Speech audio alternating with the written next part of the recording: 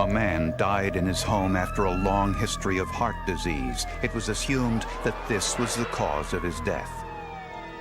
A few weeks after the funeral, rumors surfaced that the death was no accident. When the body was exhumed, scientists needed to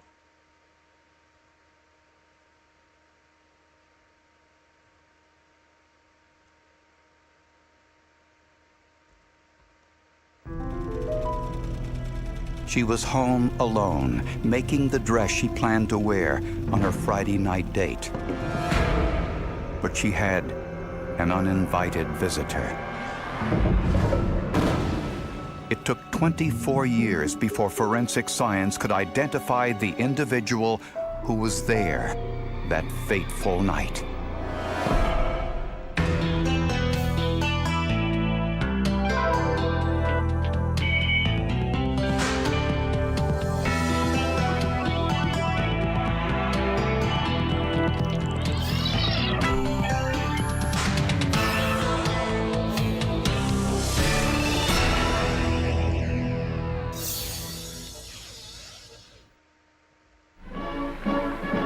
It was 1962. President John F. Kennedy was leading the country at the height of the Cold War. The world anxiously watched as the United States confronted the Soviet Union over suspected missile sites in Cuba. All ships of any kind bound for Cuba, where they're found to contain cargoes of offensive weapons, be turned back. Racial tensions in the United States weren't as easily deflected. Desegregation of Southern schools pit blacks against whites. Leaders like Martin Luther King Jr. articulated a message of hope and reason. I have a dream that one day this nation will rise up. Hundreds of miles away, in the small town of Hanford, California, racial tension and the arms race were less important than tending to business and making ends meet. It was a small community. Everybody knew everybody else. It was all first-name basis. Even all the races were all friendly. The Miller family provided an important service to the community. They managed the water that was supplied to area farms. Very neat family, hard worker, Christian people. So the Millers were quite well known. The canal was located behind their home, and someone from the Miller family was always there to make sure the water system worked properly. On March 21st, 1962, 15-year-old Marlene was the one to stay home while her parents left for a night out. Marlene planned to finish sewing a new dress for an upcoming date.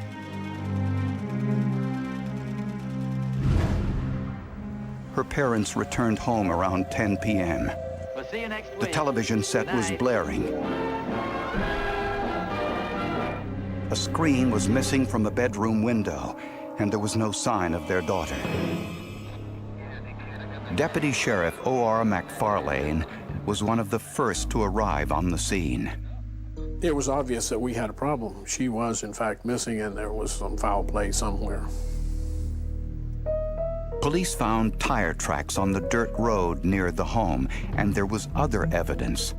There was a set of boot tracks leading out onto Elder Avenue from the dirt lane. There was a set of barefoot tracks leading back into the lane, and which got in and out of the car that was parked there. Nearby, police discovered a pair of mismatched workman's gloves and a belt. Robert Good was the first journalist on the scene, covering the story for the Fresno Bee newspaper. Once there, he found more than a story. Started walking down the bank a ways. I walked 150 feet down the bank, and there she was.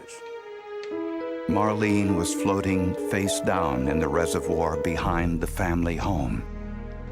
Marlene's brother Walt was searching the area in a police helicopter. And as we flew over the home, I saw the hearse bullet. And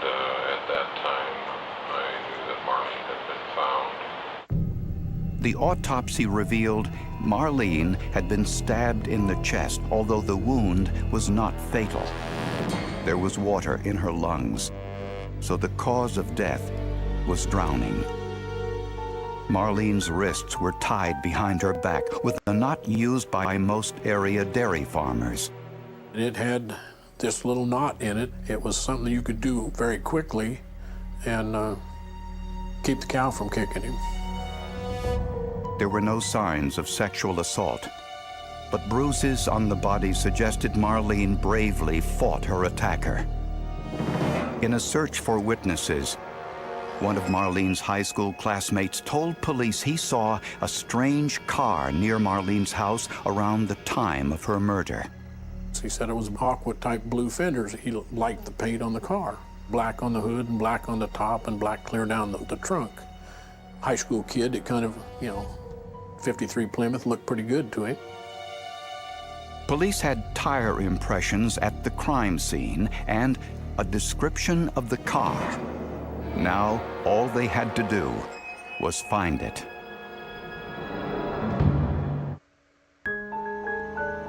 A witness saw a 1953 black and turquoise Plymouth parked near Marlene Miller's home on the night of her murder. Within hours, police found it. I remember Hanford Police Department came up with a car of that description parked in front of the Royal Hotel in downtown Hanford on 7th Street. When Deputy Sheriff McFarlane peered inside the rear window, he saw what would later become a crucial piece of evidence. I could see a pair of boots back there. One was sitting flat and the other was on its side. And with a flashlight, I could see the tread looked to me like the same tread that was out there in Tome Lane. The car was registered to Booker T. Hillary, Jr., a local dairy worker who had recently been released from prison for a previous rape conviction. One of his co-workers told police that he saw Hillary driving towards Marlene Miller's home after work on the night of her murder. And Hillary's employer identified the gloves found at the crime scene as the ones Hillary wore. The tires on Hillary's car and the boots found in the back seat were similar to the tire and boot impressions in the soft mud near the crime scene. But that doesn't mean that he killed her, even though the gloves were pitched out down the road where the car tracks had that looked like his went. So everything was circumstantial. There was no real evidence to put him in the home. Booker Hillary denied any involvement in Marlene's murder.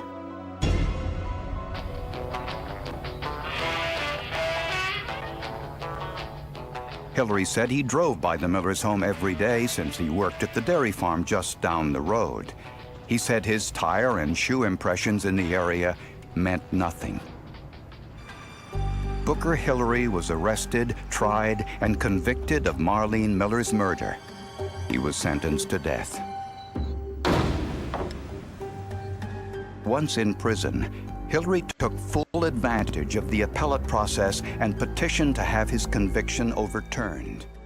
It was discouraging, especially for the family that had to constantly relive this nightmare every time this case would come up.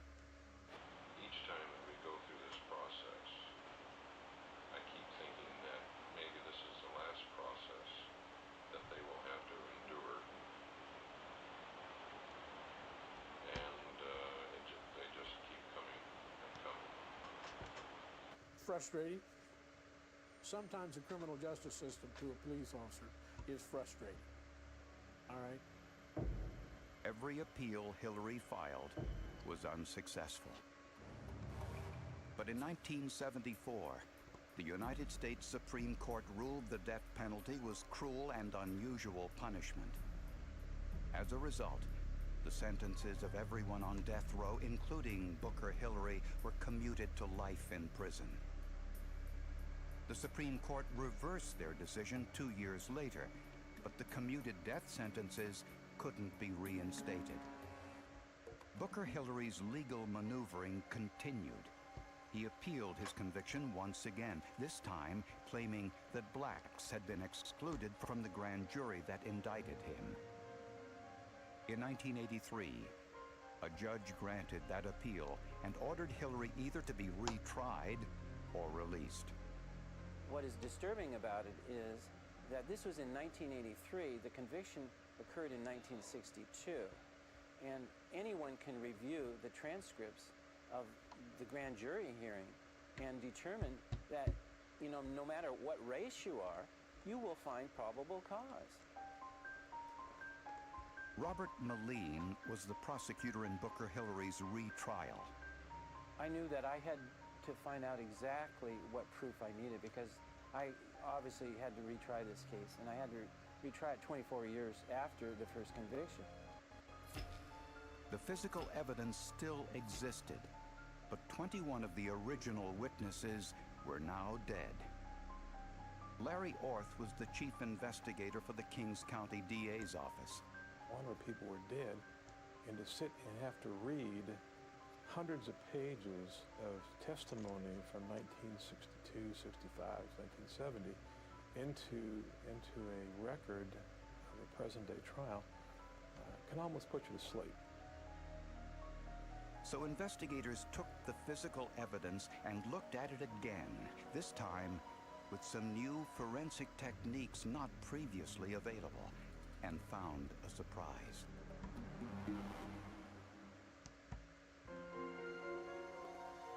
It had been 24 years since Booker T. Hillary was first convicted of Marlene Miller's murder, a conviction later overturned on appeal.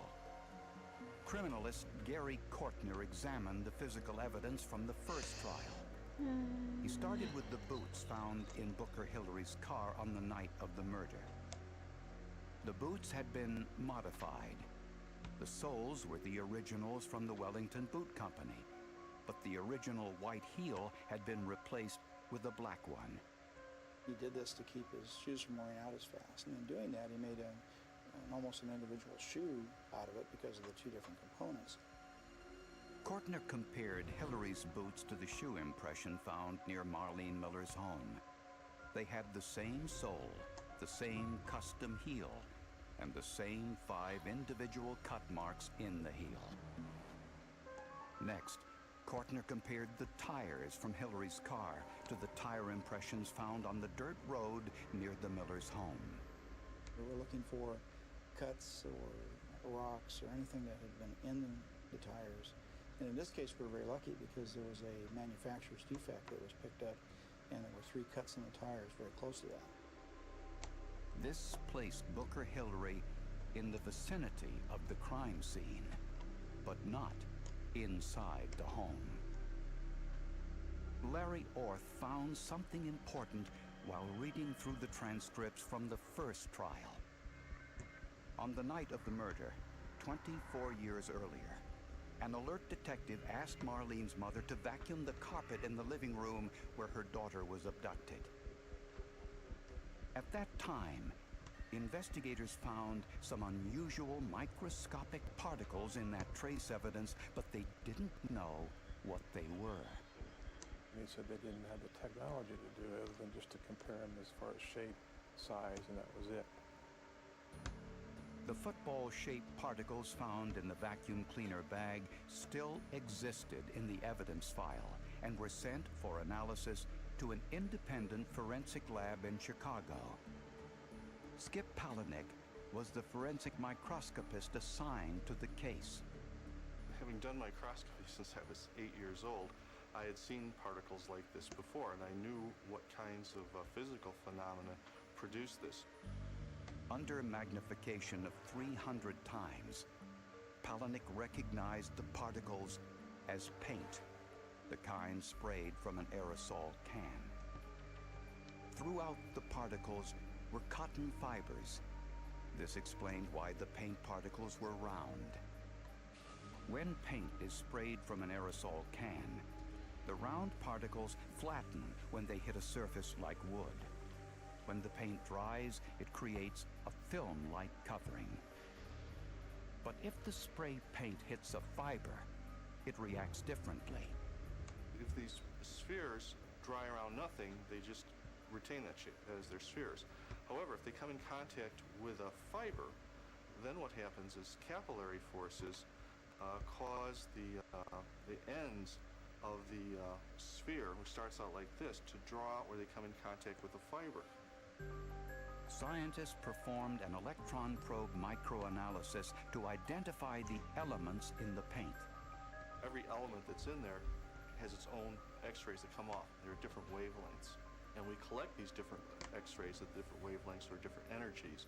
And from their energy or their wavelength, we can tell what elements are present in the sample. The components were titanium, lead, and iron.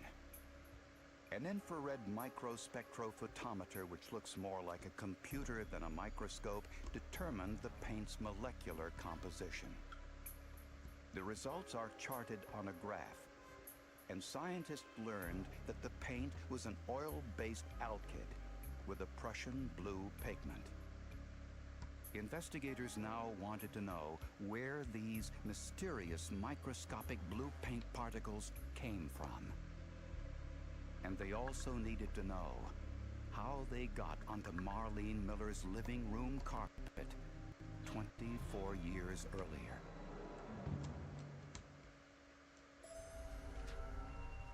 As prosecutors prepared to retry Booker T. Hillary for the murder of Marlene Miller, they discovered new forensic evidence: microscopic paint particles in the victim's home encased in cotton. But in 1962, at the time of the original trial, the technology to identify these particles didn't exist. But where did these paintballs come from? For answers, investigators looked once more inside Booker Hillary's 1953 Plymouth automobile. Surprisingly, it was still in police custody after all those years. In the forensic lab, scientists noticed that the ceiling of the passenger compartment was lined with a cotton material, and the material had been painted with a blue spray paint. And pulling some of the headliner off and examining it under the microscope, I realized that there were millions of these things that had been manufactured by him and spraying the headliner. And they were still there. It was kind of like they were there for someone to find, and I was lucky enough to be the one that found them. Scientists vacuumed the inside of Hillary's car and analyzed the trace evidence. They found thousands of paint particles identical in color, shape, and chemical makeup to those found in Marlene Miller's home.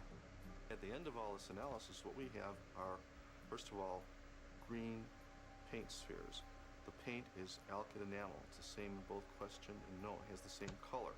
When you crush up little bits under the microscope, they show the same kinds of crystalline fillers that are inside. The elemental composition is identical.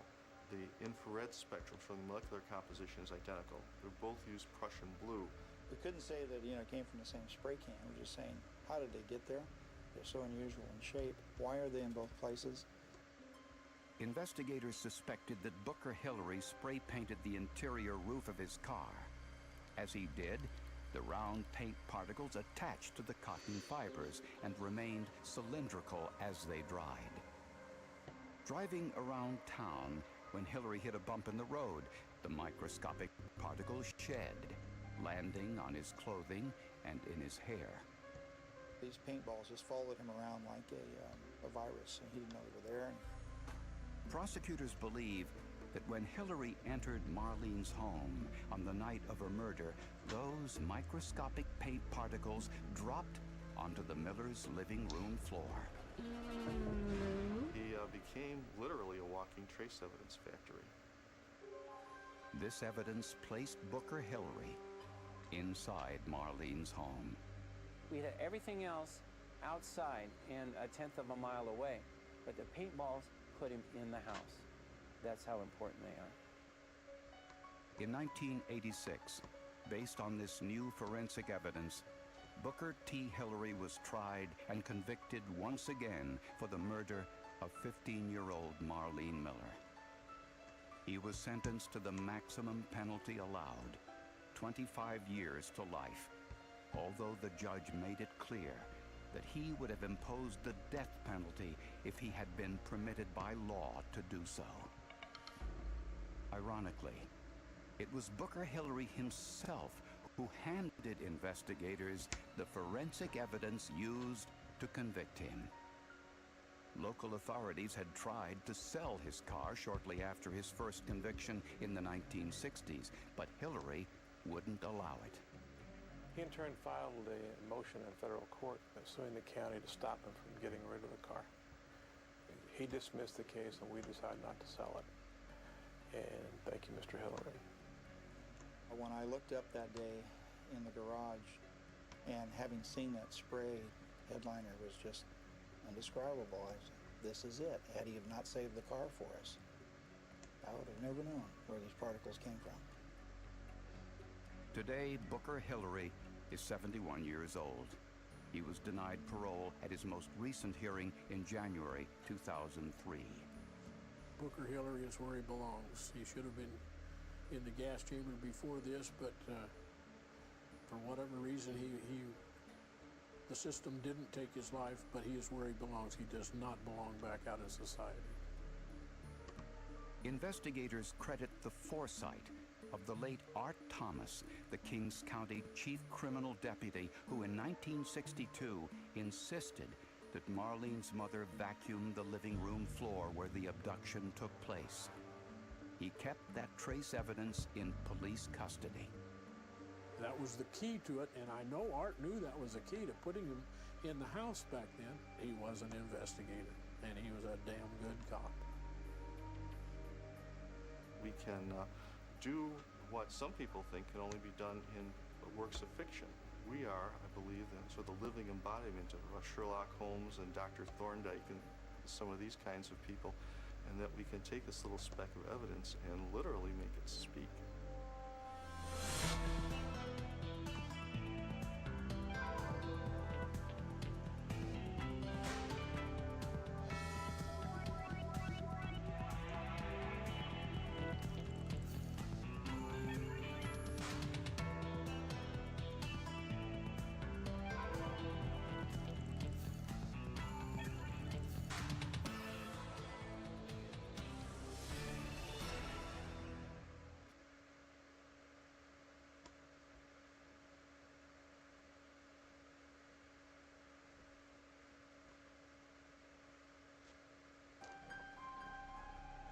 A young woman walked out of this department store, got into a rental car, and was never seen again. The signature on the rental car agreement was a forgery. Forensic scientists hoped that either the handwriting or the ink from the pen would solve the mystery. Oh, wow. Mwah.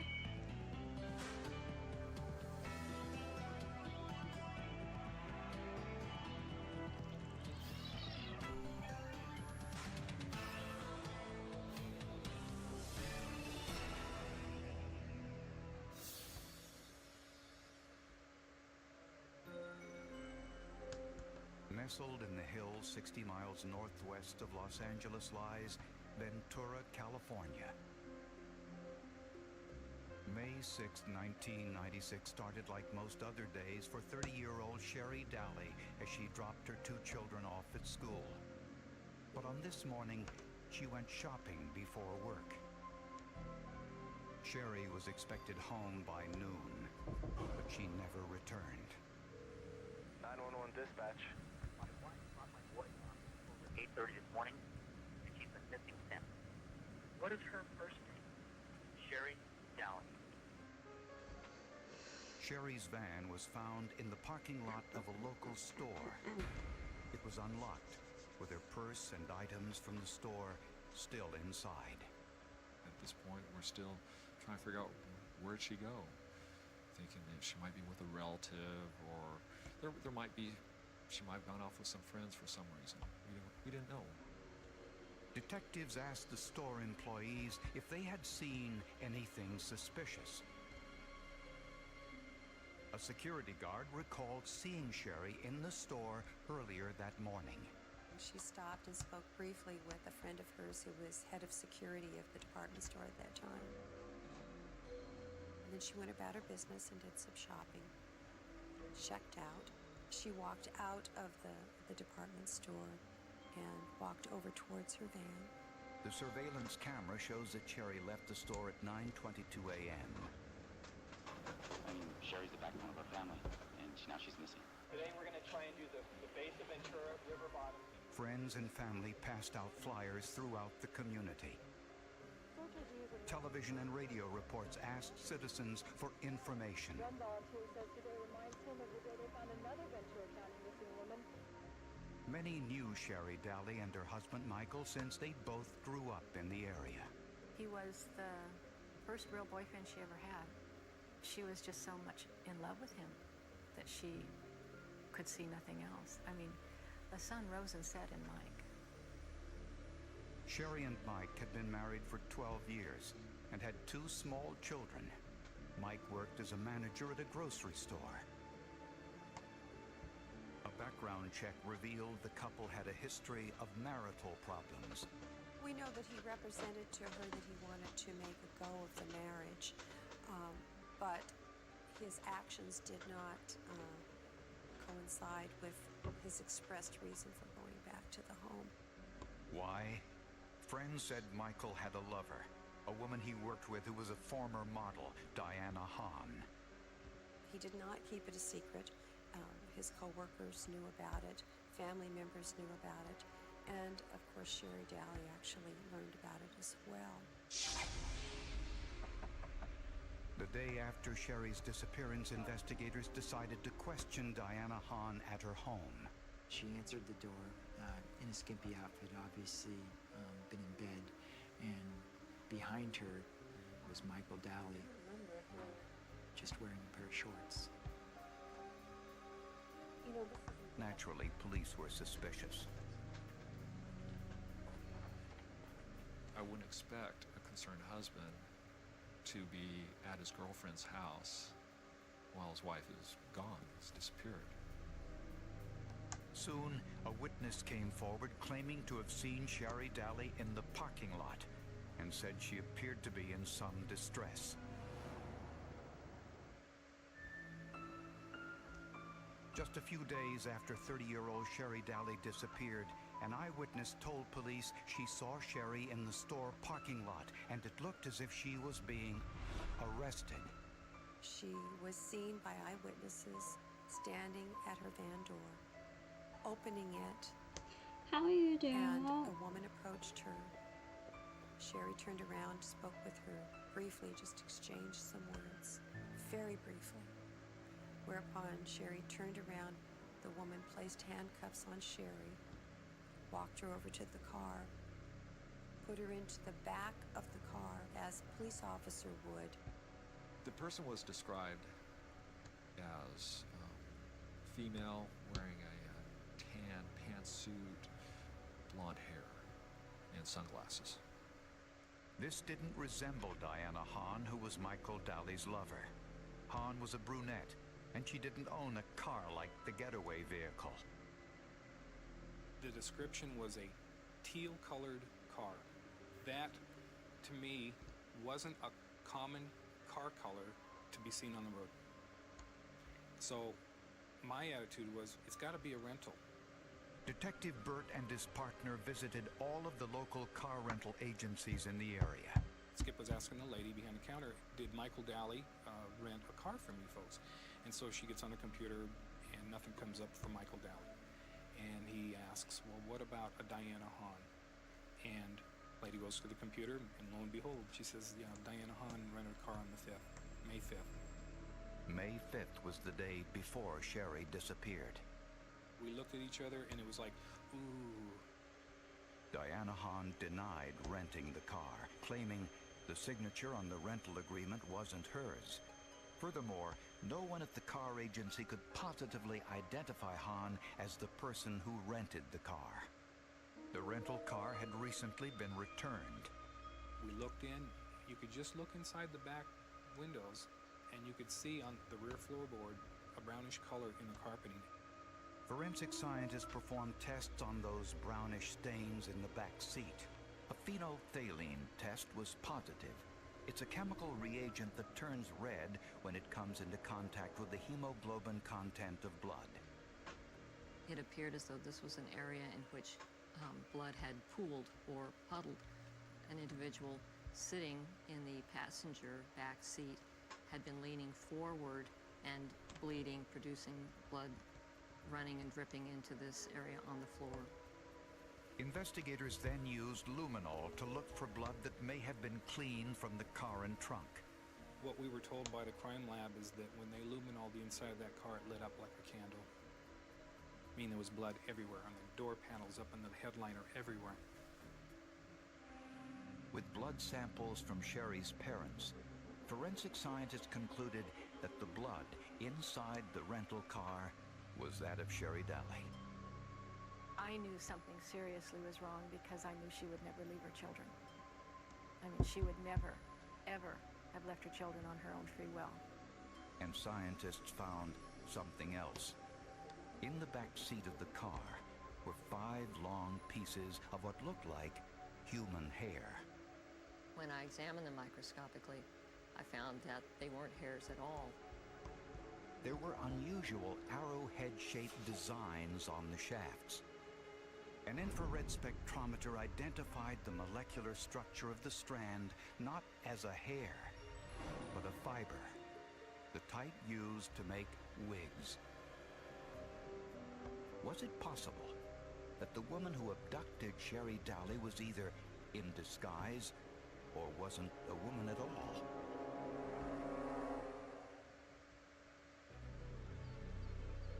"25 days after Sherry Daly's disappearance from a store parking lot, search volunteers found some bones off of a remote road just 3 miles from where Sherry was abducted. They called about 5:30 that Saturday evening. I want to tell you before it hits the 6 o'clock news, because it's going to hit the news, that we have found the remains of a woman. And he said Kristen was Sherry's friend. Kristen has positively identified the clothes as being Sherry's. Sherry Daly's dental records were already on hand for identification purposes. The correlation between the dental x-rays, I felt at the time, sufficient enough to tell the investigators that even without me taking x-rays of the human remains, that the remains were of Sherry Daly. And forensic scientists were also able to determine the cause of death. Forensics experts at the crime lab were able to map out the different stab wounds, the different tears in Sherry's shirt, indicating that there were multiple stab wounds, more in fact than were located in the bones. Sherry suffered a devastating attack. There was in the right jaw area a piece of metal that was embedded in the bone that was removed by one of the forensics experts at our crime lab, Jim Roberts. Roberts analyzed the metal fragment using an electron microscope, which produced a 3-dimensional image and a picture he could identify. After some study on the microscopes, we became convinced that it was part of a serrated knife blade, actually the tip of one of the teeth of the serrations. Sherry's husband, Michael, was one of the 2 suspects in the murder. He said he was at work at the time of her abduction. Everything pointed to Diana, and we knew Mike was at work, so he has the alibi of not being the hatchet man. Michael's mistress, Diana Hahn, was the other suspect. The car used in Sherry Daly's abduction was rented by someone who signed Diana Hahn's name. Hahn denied it was her signature and insisted someone else had rented the car and forged her name.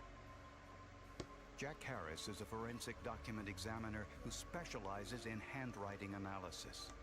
So if anyone is going to forge your name, they're going to try to make it look like the signature on the driver's license, and yet this had a very visible difference.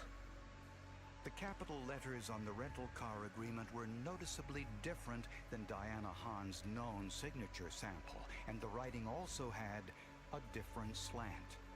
It's a common way of first step in disguising a signature oftentimes. The question signature on the budget rental agreement had the little letters, and then it went straight out to the right. Harris then compared the signature on the car rental agreement to signatures Diana Hahn signed 10 years earlier. And in those signatures, Harris found a surprise. Diana Hahn's signatures of a decade earlier were strikingly similar to the signature on the rental car agreement. Sure enough, every so often she went straight out to the right and didn't curl back again. I concluded that, in my best judgment, she signed the rental agreement and initialed the agreement. Harris believes that in signing the rental car agreement, Hahn thought she was creating a forgery, but she was unknowingly using her writing style that she had used years earlier.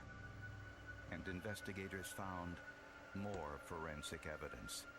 A lady that worked at a wig store in Oxnard recognized Diana Hahn as a person who had purchased a wig from her just shortly before Sherry Daly's abduction. Hahn had paid for the items with a check. Detectives searched Hahn's records and found other checks written shortly before Sherry's disappearance. The checks were interestingly written in green ink. Not too many people carry a green ink pen in their purse. When Diana Hahn was arrested, she was found in her purse a green ink pen. Detectives sent the checks and the green pen to a forensic document examiner who specialized in ink analysis. First tests that I perform are non-destructive in nature, and they're intended to evaluate the ink formulations, not the pen, but the ink formulations. The most common technique in ink comparison is to use a video spectral comparator. What this instrument does is evaluate inks in the ultraviolet, visible, and infrared portion of the spectrum. The theory is if it's the same ink formulation, it should react the same under all conditions examined. Infrared lighting can identify if two ink samples are the same or different. The spectral comparator showed that the ink on the checks was from the same ink batch as the pen in Diana Hahn's purse. And Diana Hahn's checkbook revealed she had made some other unusual purchases. Based upon who those checks had been written to, the detectives followed up, went to another department store, and did in fact learn that Diana Hahn had purchased an axe, lighter fluid, matches, sunglasses, various items that would have been used during the abduction. Diana Hahn was arrested and charged with Sherry Daly's murder. The question now, was Michael Daly involved? Narcissistic, egotistical, sociopath, total lack of conscience, despicable, disgusting human being. Witnesses told police they saw a blonde woman abduct Sherry Daly from a department store parking lot. The prime suspect, Diana Hahn, was a brunette. In a search of her home, investigators found evidence that Hahn was a master of disguises. When we executed a search warrant in her room, we found all kinds of photographs showing her in different get-ups and wigs and makeup as she posed for its modeling agency. We asked Diana Hahn's mother if she could pick out her daughter in any of these photographs, and the mother started shaking her head no, that this wasn't her daughter. And Hahn's telephone record showed something curious. Diana and Michael spoke by telephone numerous times immediately before and after the abduction. Based on the telephone calls and the forensic evidence, prosecutors say Diana Hahn rented the car under her own name because rental agencies require a valid driver's license. To conceal her identity, Hahn attempted to forge her own signature, a forgery detected by the forensic experts. Hahn followed Sherry Daly to the department store parking lot.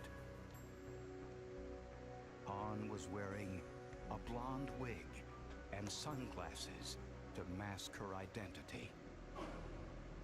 When Sherry left the store, Hahn may have posed as a member of law enforcement because witnesses say Sherry was handcuffed and placed into the back seat. At some point, Sherry inevitably recognized Diana and knew her husband and his mistress were going to kill her. The forensic evidence shows that Diana killed Sherry in the back seat of the rental car, threw her body down the deserted ravine, put the murder weapons in the trunk, and drove to Ventura Marina. There she changed out of her bloody clothes and called Michael from the payphone to say the murder was done. From there, Han drove to a car wash and attempted to clean the blood from the back seat and trunk, but she was unsuccessful. Luminol, phenolphthalein, and DNA testing confirmed that Sherry Daly was brutally attacked in Han's rental car. The 5 wig fibers confirmed the disguise. Forensic handwriting and ink analysis also revealed that it was Han's signature on checks used to purchase the wig and the axe. You have to be maniacal, you have to be evil, you have to have something inherently vicious inside of you to be able to do what she did to Sherry Daly, and to leave those 2 young boys without their mother. The telephone calls Han placed to Michael Daly before and after the murder was evidence of his complicity.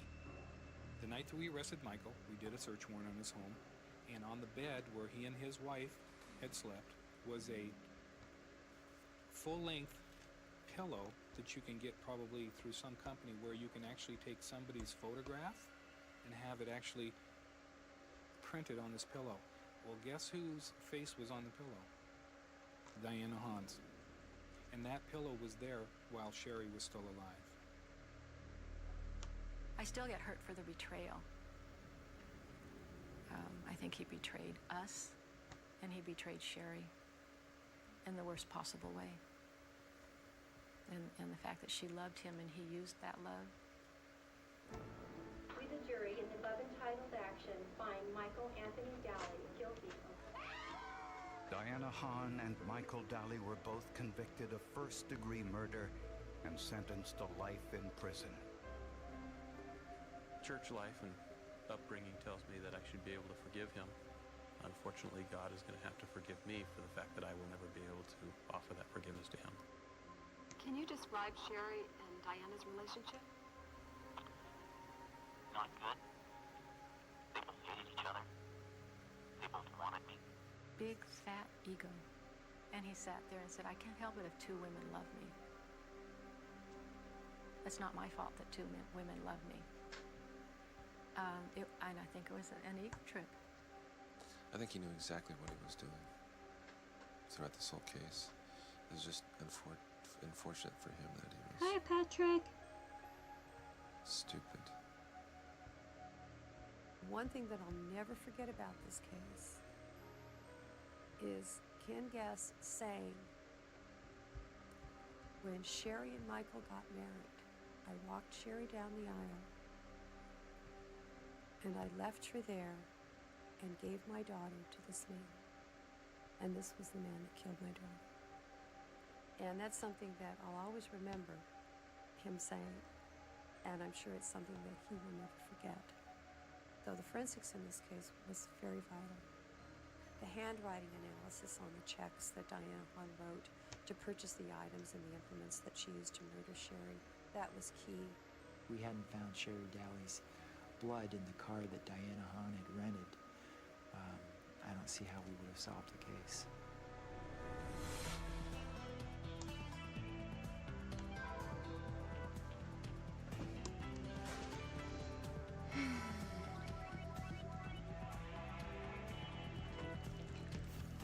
How are you, Patrick?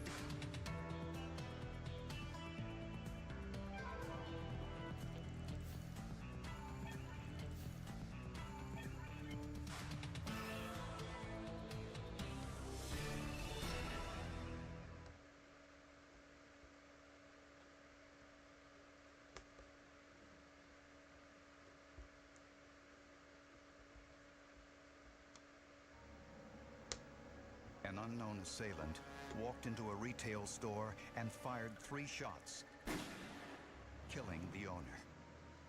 Police had suspects, but all had alibis.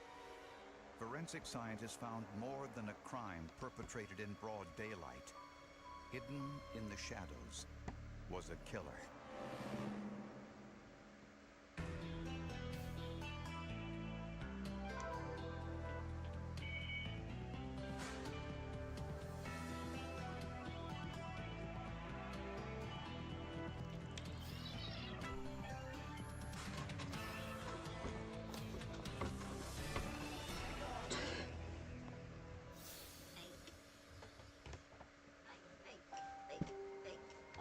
Autumn is a particularly pretty time in Spring Grove, Pennsylvania. Landscape photographers and local artists usually found their way here to the Gray Fox Gallery. The owner, Jennifer Myers, was a well-known picture framer. Just a wonderful woman, a wonderful mother, a wonderful wife, and a good friend to a lot of people. Managing a retail shop isn't easy. 1 year earlier, Jennifer was robbed in the store at gunpoint. Since then, her husband Steve stopped in every afternoon on his way home from work at the local factory. Most afternoon visits were uneventful, but October 20th, 1997 was different.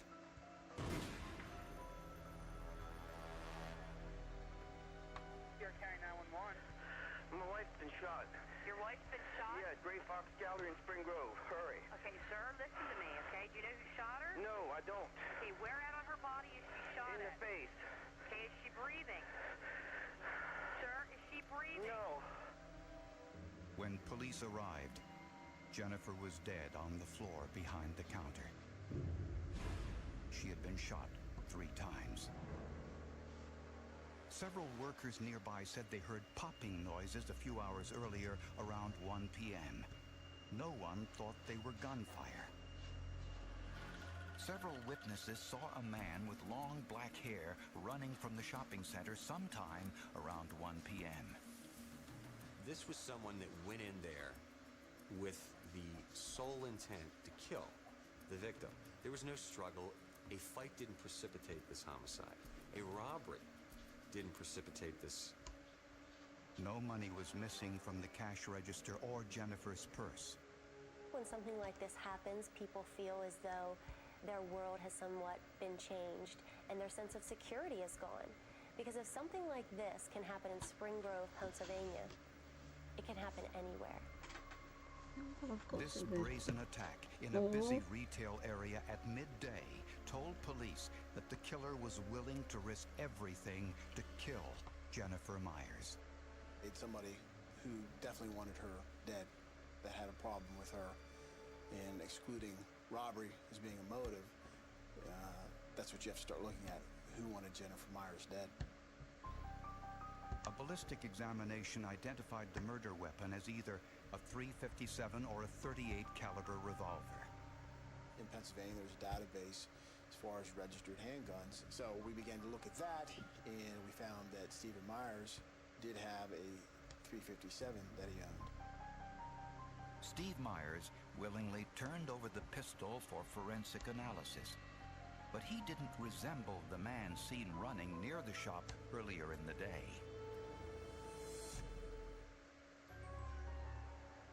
Witnesses said they heard popping sounds, which police suspected were gunfire, near the Gray Fox picture frame shop around 1 o'clock in the afternoon. Approximately 2 hours later, Steve Myers discovered his wife Jennifer shot to death on the floor of the store. Another witness saw a man running from the area, wearing light blue jeans and a blue plaid flannel shirt. We believe that the shooter came in the store, used a blitz-style attack on her, walking right towards her, firing the first shot and striking her in the shoulder area, and then firing a second shot, striking her in the abdomen. The last shot was to the face. Ballistic experts examined the bullet fragments recovered from the victim and concluded the killer used a .38 or .357 caliber revolver. The victim's husband, Steve, owned a .357 revolver. When the bullets from the crime scene were compared to those test-fired from Steve Myers' revolver, analysts concluded they were not a match. Police also confirmed that Steve Myers was at work when the murder took place. He didn't need an alibi, but as far as him being at work, that just there was one more piece that fit in that he was not involved in this killing whatsoever. Police had another promising lead. Jennifer's murder took place just one day before she was scheduled to testify against 40-year-old Kevin Dowling, the man Jennifer claimed had robbed her at gunpoint a year earlier. Okay, well now we have perhaps a motive for someone to want to have this woman dead so that she was incapable of testifying. Kevin Dowling had the opportunity to commit the murder since he was free on bail that day. However, when questioned by police, Dowling said he had an alibi.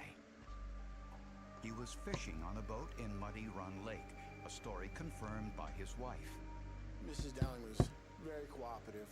She truly believed that her husband was not involved in this homicide whatsoever, and therefore was very helpful in proving her husband's innocence. Dowling also had evidence to support his alibi. He said he made a home video of his fishing trip that day. His wife willingly turned the video over to police. As I said, here we are at Muddy Run Lake. Because I wanted to help prove him innocent, that he did not do this. So I was more than happy to help them, and it was sort of like a slap in the face for them. Haha, he did not do it. If this is truly tape of him fishing, it's an airtight alibi. I want to secure it as evidence so that there's no further question. The first thing police noticed was that the videotape was recorded with the date and time of day the footage was shot. Pretty quiet, pretty peaceful out here. The tape showed Dowling fishing in the middle of the lake from 10:46 in the morning until 4 p.m. on the day of Jennifer Myers' murder. Muddy Run Lake was a 45-minute drive away from Jennifer's store. Dowling also had store receipts for fish bait, food, and the boat rental. But something about the videotape looked odd. He's trying to get something on tape of him fishing, but this is clearly not someone who's interested in catching any of the fish. Kevin Dowling's family confirmed the tape was made on October 20th, the day of the murder. In fact, that evening when he came home and my girls were home, and after dinner, we all sat around and watched the tape with him together. On the tape, Kevin spoke to his children about his impending robbery trial. He also expressed his hope that if convicted, the children would not misbehave while he was imprisoned. I gotta face what's ahead. I mean, I'm not responsible for what happened, but no one seems to want to help me, and I don't know what to do. My main concern is what's going to happen to Mommy and all you kids. He's accounting for almost everything he did that day, which in itself began to strike me as kind of odd that he has these receipts, and the day seemed too perfect as far as use the word alibi. Police wondered if Dowling had somehow doctored the videotape, and if he had, could forensic science prove it?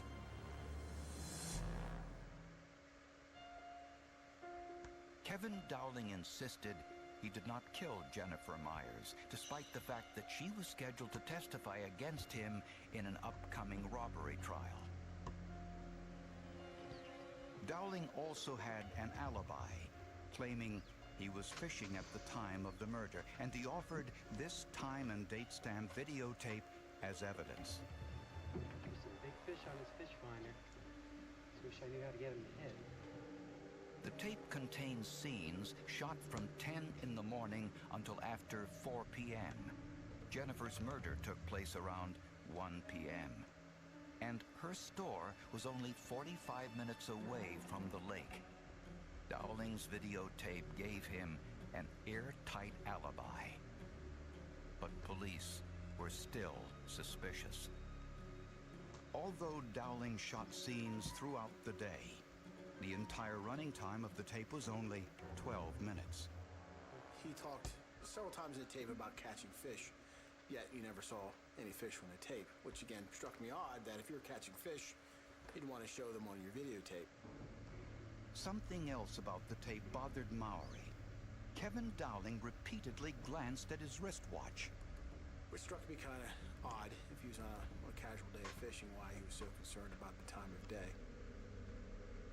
In some parts of the tape, Dowling's watch faced the camera. Investigators isolated and enlarged clips of the watch. The timepiece was too blurry to read. Mowry asked scientists at the Federal Bureau of Investigation to try digital enhancement, but the tape quality was too poor for the process to work.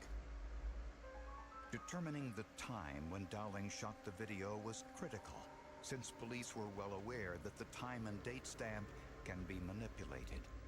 The sun was out periodically throughout the tape and was casting very good shadowing. By determining shadowing positioning, can we work backwards and calculate the time of day using the sun, its position in the sky? Detectives posed the question to NASA scientists at the Goddard Space Flight Center in Greenbelt, Maryland. Surprisingly, NASA identified a local astrophysicist to help them. The guy that could probably do this was right in our own backyard, and that would be Dr. Robert Boyle at Dickinson College. Dr. Robert Boyle is an associate professor of physics and astronomy. When he first saw the tape, he wasn't optimistic.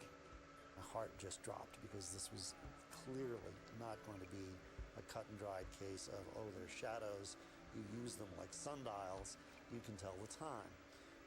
Because here was a picture where the camera was on a moving boat. As the Earth rotates, the position of the sun changes, creating different shadows. When using the sun to tell time, two characteristics are observed: the sun's height overhead, or altitude, and its direction along the horizon, or azimuth. North point being 0 degrees, azimuth.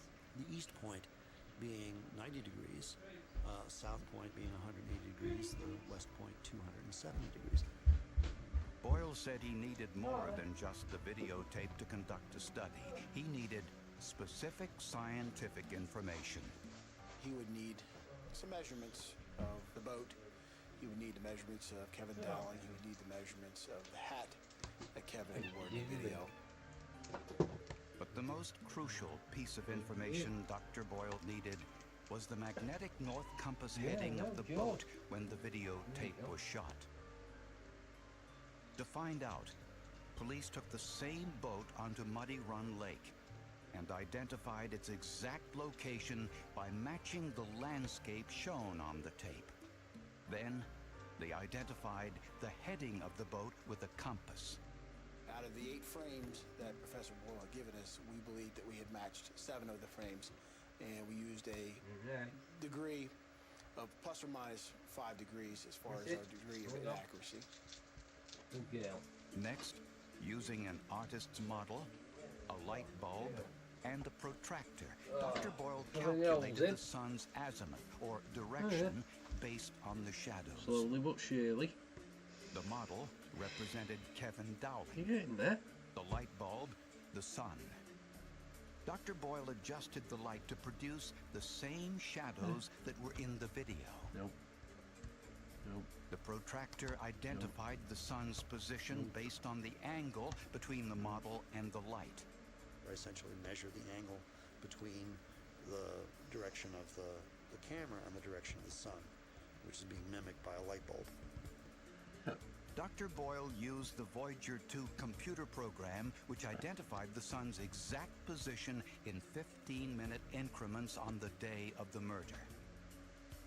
When he compared the exact position of the sun to the shadows on the video, Dr. Boyle discovered that the times stamped on some of the scenes were bogus. Late afternoon timestamps could very well have been correct. There was a whole bunch of times in the middle, which is were inconsistent with the astronomical data. For example, in this scene, The background analysis shows that Dowling is facing north. It's stand 11:24 in the morning. But you can see that the sun is clearly positioned to Dowling's left, which is west. It's so nice being out in the sun. At 11:24, the sun would be 24. in the east. Dr. Boyle estimates this scene was shot closer to 3 p.m. Kevin Dowling now had the opportunity to commit this crime because he was not on Muddy Run Lake at 1 o'clock in the afternoon. And he also had a motive. But prosecutors needed more than shadows on videotape to get a murder conviction.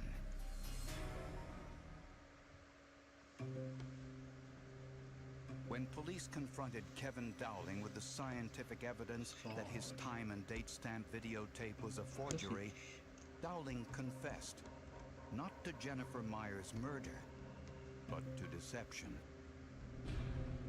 He now said that after a few hours of fishing, he went to a nearby strip club and altered the times on the videotape so that his wife wouldn't find out. I don't need to point out the strangeness of that theory. First of all, why did you videotape yourself at all? Why didn't you just say, I decided Hello, I want to Scratch videotape Master. myself? And of course, his wife would have never been the wiser. And the videotape revealed something else. Dowling was wearing clothes similar to the man witnesses saw running from Jennifer Myers' store. I do not want to believe that my husband, the father of my children, could do something like this to another human being. Police found the clothes Dowling was wearing on the fishing trip in his home. They sent them to A.J. Skip Schwobel, an internationally recognized expert in forensic gunshot residue. When a pistol is fired, the firing pin ignites the elements in the projectile, which then turn into gas. The gases solidify into tiny particles, which are then deposited on the hands, clothing, and the immediate proximity of the discharge. To test clothing for gunshot residue, Schwobel first used an adhesive to extract any microscopic particles. The particles were placed in a scanning electron microscope, which subjected them to extreme magnification and provided an elemental analysis. An electron beam bombarded the sample, causing the elements within to emit characteristic X-rays. The characteristic X-rays show up on the video screen as peaks or pulses at different energy levels. Each energy level is assigned an element. Tests revealed gunshot residue on the left side of each of Kevin Dowling's garments. This was significant since Dowling was left-handed. We found that every item had, to some extent, some gunshot residue present. Prosecutors say Kevin Dowling carefully planned to eliminate Jennifer Myers to prevent her from testifying against him in his robbery trial. On the day of the murder, Dowling went fishing on Muddy Run Lake and used his video camera till 11:45. A little ways off, we'll be back in a little while. He then went ashore, hid the boat in some bushes, and made the 45-minute trip into town. Wearing a wig as a disguise, Dowling entered Jennifer's store around 1 p.m. and fired 3 shots. The gunpowder residue embedded deep into his shirt fibers, invisible to the naked eye, but perfectly clear to forensic scientists. Dowling was back in his boat on the lake sometime around 2 p.m. When he reset the time on his video camera to 11:24, he never realized that he was a human sundial. His videotape told the story of deceit, not innocence. I would like to kick his ass. He has no remorse at all. Then you wonder how sick this man really is when he has no remorse over what he's done. And that is very scary. Despite the forensic evidence, Kevin Dowling insisted he was innocent. But he was convicted of first-degree murder and was sentenced to death by lethal injection. His wife, Joanne, says she knew nothing of her husband's secret life and considers the death sentence too lenient. I truly hate Kevin Dowling for everything he stands for, the person he is, what he did to people. I hate him more than I can even explain. Well, you can't ever forget the infamous fishing tape, because how ridiculous is it to think that he would get away with something like that? I mean, there's technology today that's going to determine that this tape has been doctored. It's one thing to have a motive to kill, it's another thing to actually prove that someone did it. And the forensics were able to give us the proof necessary. Considering they never found the murder weapon, it's amazing what they can do nowadays. And without it, a lot of people would go free. It's ironic, of course, we often talk about criminals hiding in the shadows, don't we? In this case, the shadows were actually revealing.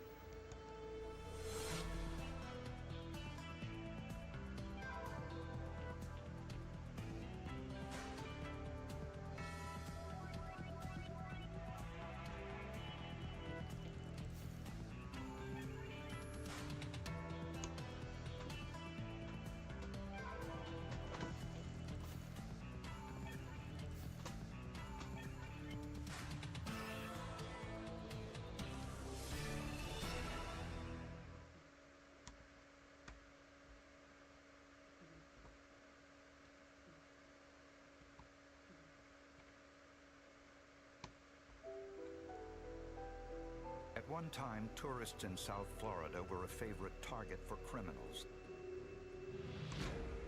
Hundreds of visitors were robbed, some were assaulted, and 8 were murdered. It was an out-of-town journalist who made an unexpected journey from tourist to victim to advocate.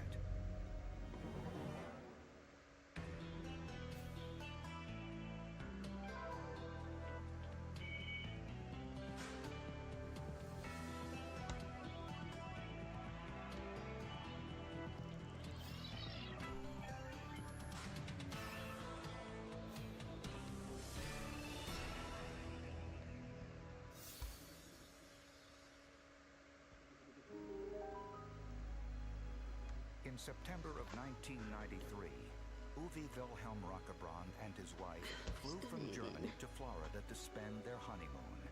They rented a car for the short trip to their hotel.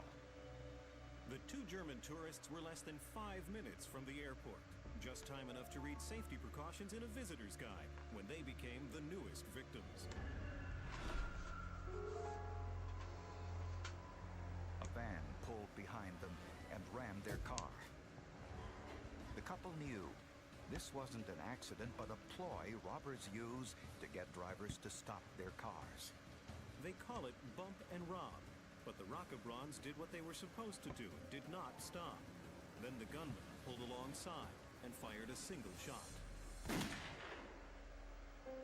33-year-old Uwe Wilhelm was killed instantly.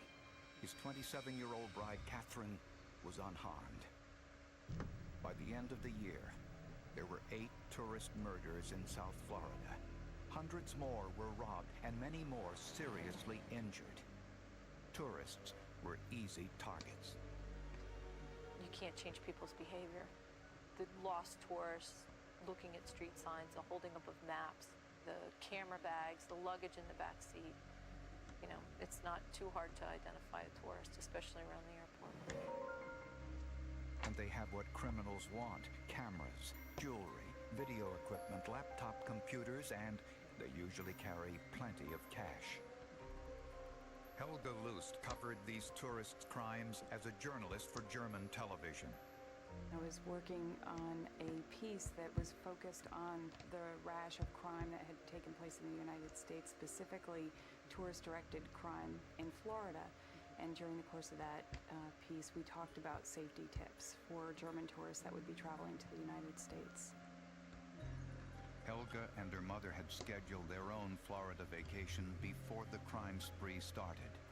We decided to keep our plans of flying into Miami and then going on to the Florida Keys just for 4 days, very brief stay, but particularly because I had just done this piece about safety tips and felt that my awareness was, pretty strong at that point. Their vacation was relaxing and uneventful. Their return to the airport was not. They got lost looking for the airport rental car area. Helga drove onto a side street to turn around. She soon realized someone was following her. The man reached through the window, put the car into park, disconnected the horn, and assaulted the two. My mother said, "Take whatever you want, but please don't hurt us." The passenger from their vehicle said, "Shut up, bitch, we're going to kill you." Both of the perpetrators were taking turns, beating me through my window, and every punch that I took weakened me.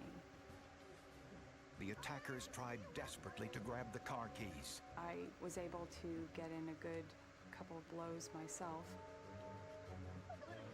Somehow, Helga got the car into gear and drove away.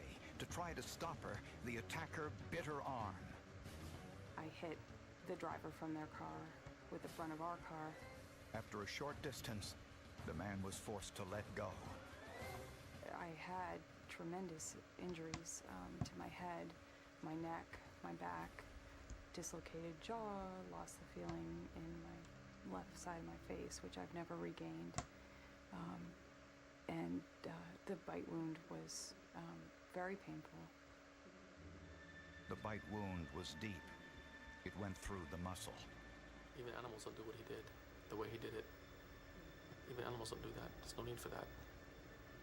To punch somebody, almost killing, paralyzing her, and biting her and destroying her life. There's no need for that at all. Helga described the attackers as young men, approximately 25 years old. They were driving a large, dark-colored car with tinted windows. Most crimes happen and take place in less than 2 minutes. It's a hit, it's a theft, it's an assault, and it happens in a matter of just seconds. So a positive identification of a suspect might be difficult. With no other witnesses or leads, police hoped Helga's car would contain the forensic evidence they needed. In 1993, 24-year-old Helga Luce barely escaped with her life after a harrowing encounter with two men who attempted to overpower her.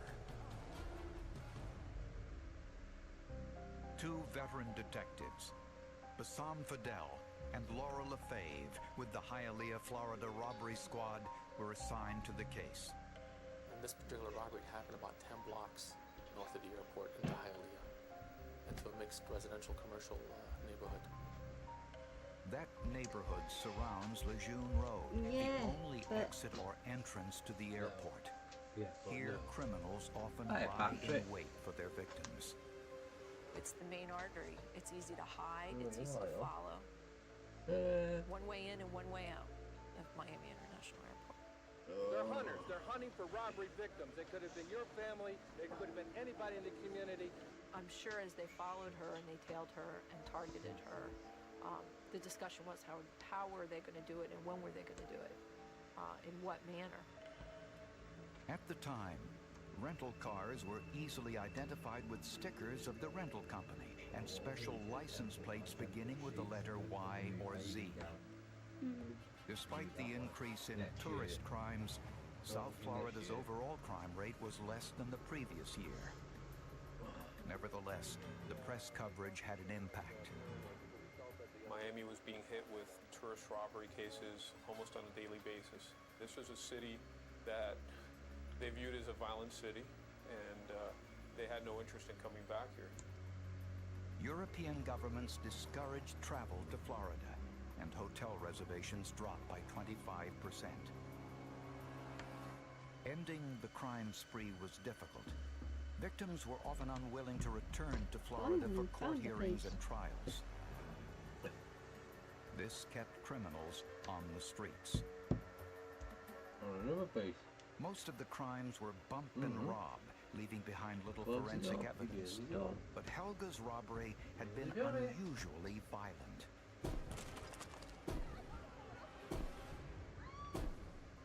She had a bite mark located on her upper arm, and it was rather clear. I have a sexual battery background and know that they were developing bite mark comparison techniques.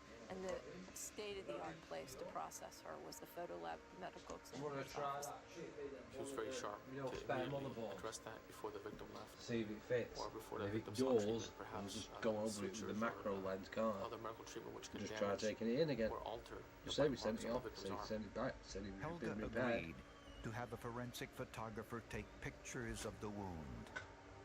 It's not enough just to take a photograph. It has to be measured properly, it has to be put into perspective, it has to be documented properly. It's important to get it done as quickly as you can.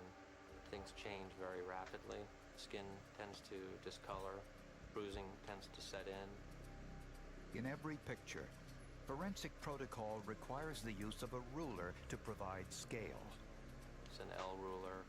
It has 3 circles on it that allows us to make sure that our camera is perpendicular to our subject, and that will also give us a sense of scale. So we take the flash and we hold it off to an angle where we can emphasize the surface texture of the skin. And forensic photographers take pictures under many different light sources: conventional light, ultraviolet, infrared, and fluorescent. These show detail and texture not revealed by light in the visible spectrum. Many times there's something there that you can't see with the naked eye. Afterwards, investigators examined the rental car, hoping to find fingerprints. But unfortunately, the weather was against us. Processing the outside of the vehicle was impossible. The car was wet because Helga had driven through a thunderstorm on the way to the airport. The interior material was textured, which yielded no usable prints. No fingerprints, no witnesses, and no suspects. Helga and her mother left Miami not knowing whether the crime would ever be solved. And maybe it wouldn't have been had the perpetrator not left behind a piece of forensic evidence.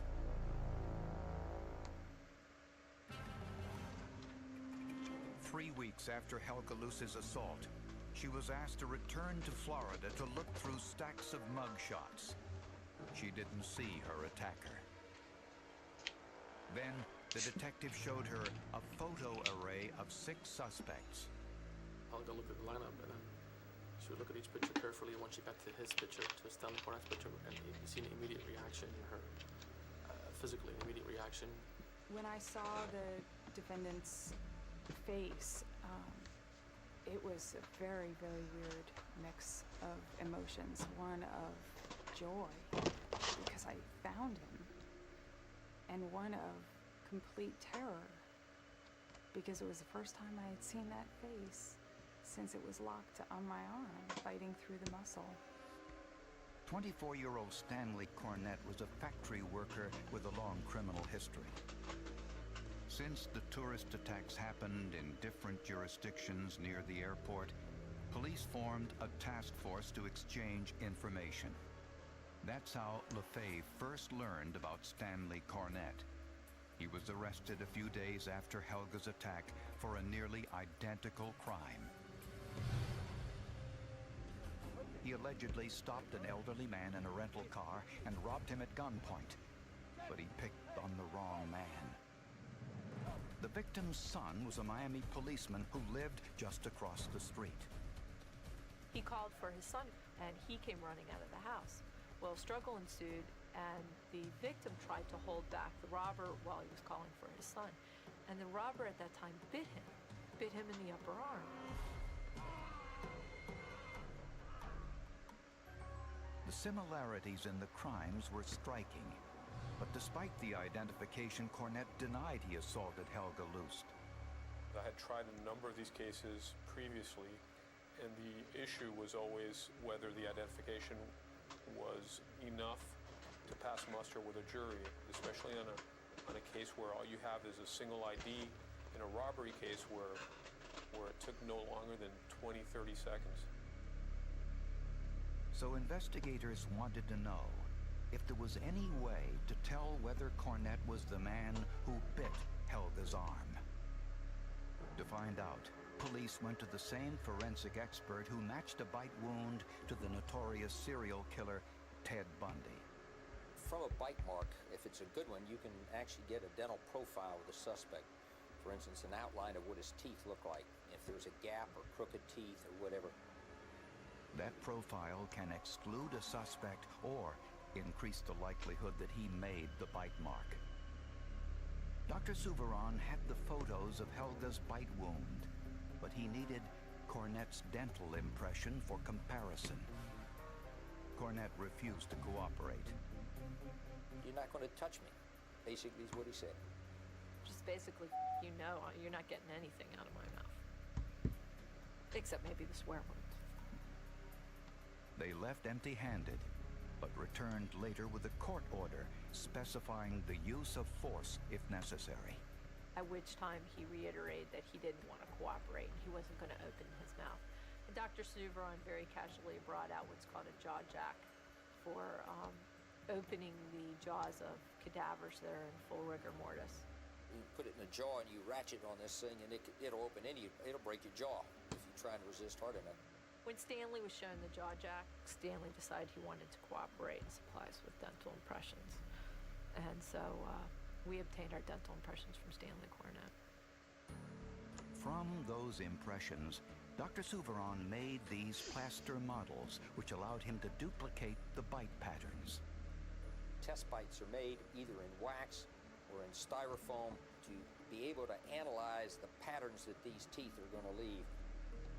For further evaluation, the biting edges of the plaster teeth are blackened and the pattern copied onto a clear acetate for easy comparison with the photographs. Right, I'm going to call it Odontologists now. use a number of different techniques because there's no way to accurately estimate the elasticity of the victim's skin. The teeth have variables, the skin has variables, and when this... Nearly done that side of it. This side. Which is good. Which is good.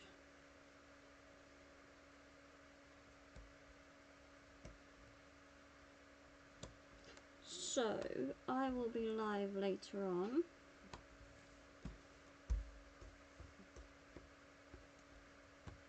I'll be live later on, so I'll see you guys then, and take care of yourselves, and I'll see you then.